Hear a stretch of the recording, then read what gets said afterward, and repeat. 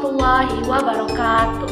Selamat pagi, apa kabar kalian hari ini? Semoga kalian semua selalu dalam keadaan sehat ya. Sebelumnya, perkenalkan, nama Ibu Intan Agustian. Hari ini kita akan belajar bersama, yaitu matematika dan tema, yaitu tema 8, subtema 1, pembelajaran ketiga. Nah, sebelum memulai pembelajaran, mari kita membaca doa bersama-sama. Bismillahirrahmanirrahim. Rabbi zidni ilman warzuqni fahman waj'alni minas sholihin. Amin. Nah, semoga kita semua selalu diberi kelancaran dalam menerima pembelajaran. Nah, tujuan pembelajaran kita hari ini adalah merinci dan menyajikan data dalam bentuk tabel dengan teliti dan tepat, menentukan unsur-unsur intrinsik cerita fiksi dengan tepat, mengidentifikasi keberagaman dalam keluarga dengan bersungguh-sungguh. Nah, muatan pembelajaran kita hari ini yaitu matematika, bahasa Indonesia, dan PPKN. Nah, anak-anak sudah siap belajar hari ini? Mari kita simak baik-baik pembelajaran hari ini.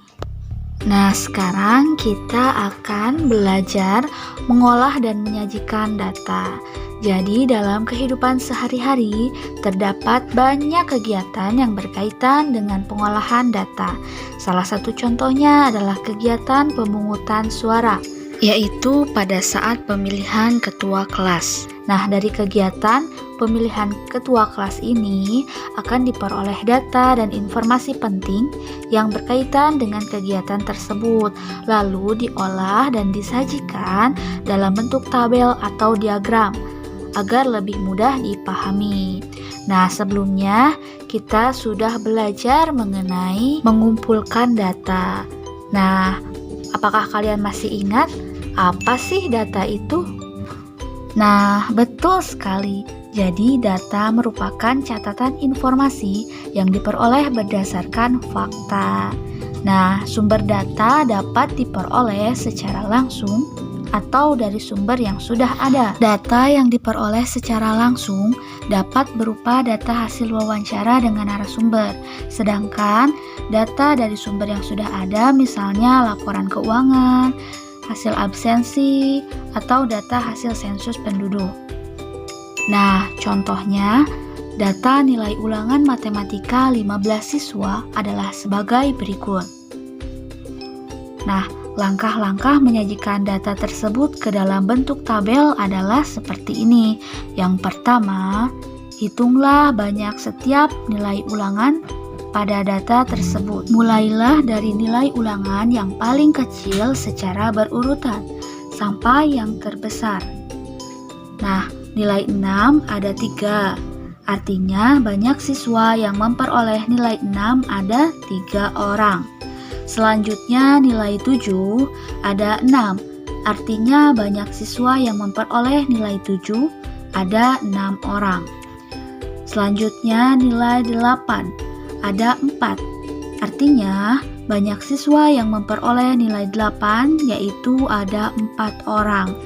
Nah, nilai 9 ada 2. Artinya banyak siswa yang memperoleh nilai 9 ada 2 orang. Nah, selanjutnya kalian tuliskan data yang telah dikelompokkan tersebut ke dalam tabel seperti berikut ini. Nah, sekarang coba kalian kerjakan soal-soal berikut ini dengan teliti di buku tulis kalian ya.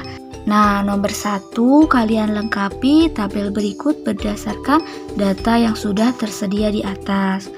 Nomor 2, nomor 3, kalian sajikan data tersebut ke dalam bentuk tabel. Nah, selanjutnya silahkan yang ada buku tema bisa dibuka halaman 26. Ayo membaca. Bacalah cerita berikut berjudul Asal Mula Bukit Catu. Di pedalaman Pulau Bali terdapat sebuah desa yang subur.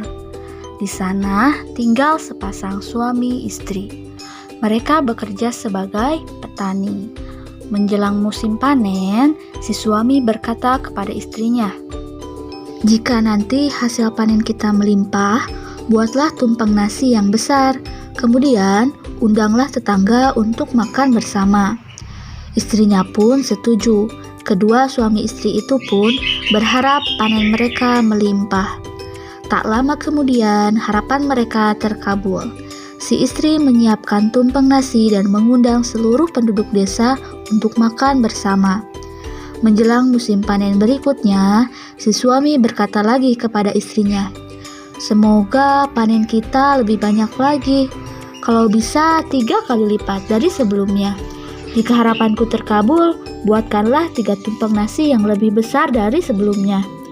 Kemudian, si istri membuat 3 tumpeng dan mengundang seluruh penduduk desa untuk berpesta kembali.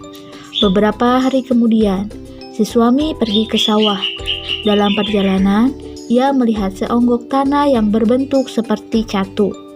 Catu adalah alat penakar nasi yang terbuat dari tempurung kelapa. Aneh sekali. Sepertinya kemarin gundukan tanah ini tidak ada, gumam si suami. Setelah pulang dari ladang, ia bercerita kepada istrinya. Kemudian, ia mengajukan usul kepada istrinya. "Istriku, bagaimana kalau kita membuat beberapa catu nasi? Siapa tahu kalau kita membuatnya, hasil panen kita akan semakin melimpah." Sejak saat itu, si istri rajin membuat catu nasi. Setiap catu nasi yang dibuatnya, ia niatkan untuk menambah hasil panennya.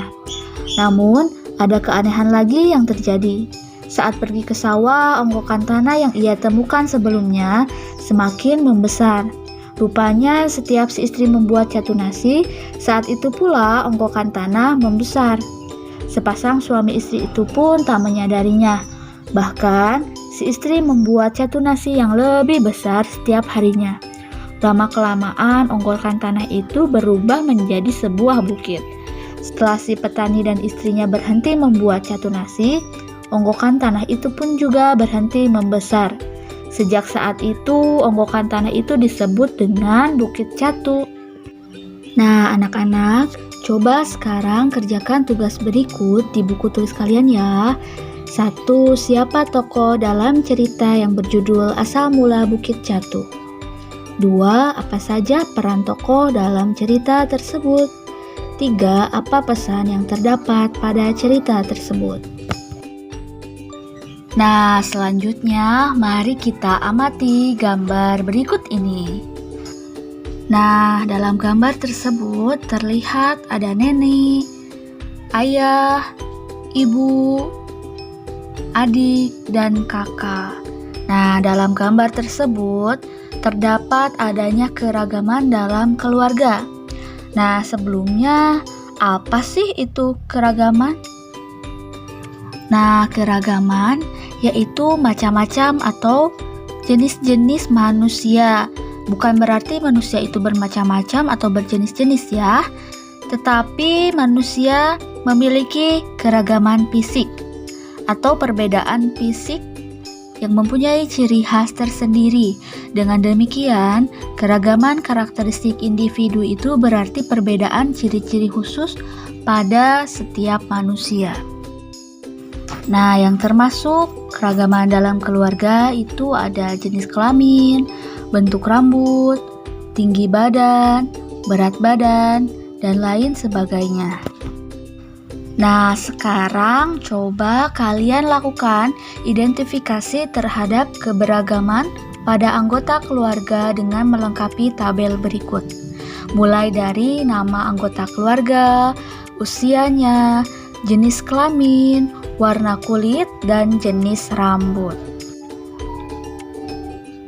Nah, kalian kerjakan di buku tulis kalian tugas-tugas yang telah diberikan.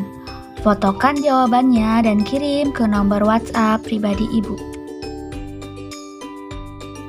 Nah, pembelajaran hari ini mari kita cukupkan sampai di sini dulu ya. Mari kita tutup dengan membaca hamdalah bersama-sama. Alhamdulillahirabbil alamin. Amin. Nah, anak-anak tetap semangat untuk belajar belajar dan jangan lupa untuk menjaga kesehatan kalian ya.